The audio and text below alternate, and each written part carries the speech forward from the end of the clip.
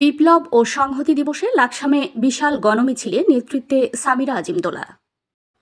বিপ্লব ও সংহতি দিবস উপলক্ষে কুমিল্লা ৯ লাকসাম মনোহরগঞ্জ আসনে বিএনপির সম্ভাব্য মনোনয়ন প্রার্থী সামিরা আজিমদোলার নেতৃত্বে লাকসামে অনুষ্ঠিত হয়েছে এক বিশাল গণমিছিল।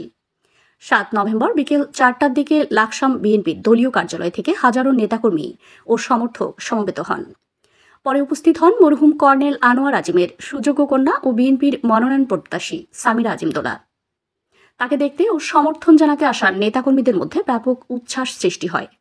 দলীয় কার্যালয় থেকে শুরু হওয়া প্রায় ১ ঘণ্টা ব্যাপী মিছিলে নেতৃত্ব দেন সামিরা আজিমদোলা নিজেই। মিছিলটি লাকসাম শহরের প্রধান সড়ক প্রদক্ষিণ করে। মিছিলে বিএনপি ও সহযোগী অঙ্গ সংগঠনের নেতারা গত ৩ নভেম্বর বিএনপির প্রাথমিক মনোনয়ন তালিকায় কুমিল্লা ৯ আসনে আবুল কালামের নাম ঘোষণা করা হয়, কিন্তু তিনি দীর্ঘদিন আওয়ামী লীগের এজেন্ট হিসেবে কাজ করেছেন। আমরা এই মনোনয়ন কোনোভাবেই মেনে নিতে পারি না।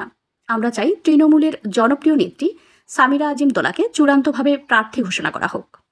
যুবদল নেতা জাহিদ বলেন, আমরা বিএনপির হাইকমান্ডের প্রতি আহ্বান জানাই, জনপ্রিয় ও যোগ্য প্রার্থী হিসেবে সামিরা আজিমদোলাকেই মনোনয়ন দিন।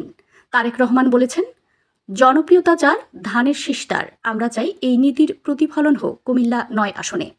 লাকসাম বিএনপি নেতা জসিম বলেন, লাকসামে ৮০% জনগণ মরহুম কর্নেল আনোয়ার আজিমের সমর্থক ছিলেন। আজ তার উত্তরসূরি সামিরা আজিমদোলা সেই জনপ্রিয়তার ধারাবাহিকতা ধরে রেখেছেন। যদি আবুল কালামকে চূড়ান্ত প্রার্থী করা হয় তবে এই আসনে বিএনপি বড় ক্ষতির সম্মুখীন হবে।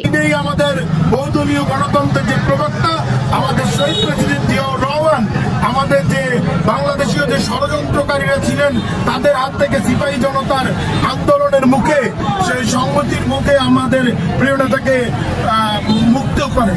আমি আজকের এই বিপ্লব সংহতি দিবসে আমি একটা জিনিসে আমাদের প্রিয় নেতা তারেক রহমানের কাছে এবং কেন্দ্রীয় নেতৃবৃন্দের কাছে বার্তা পৌঁছে দিতে চাই।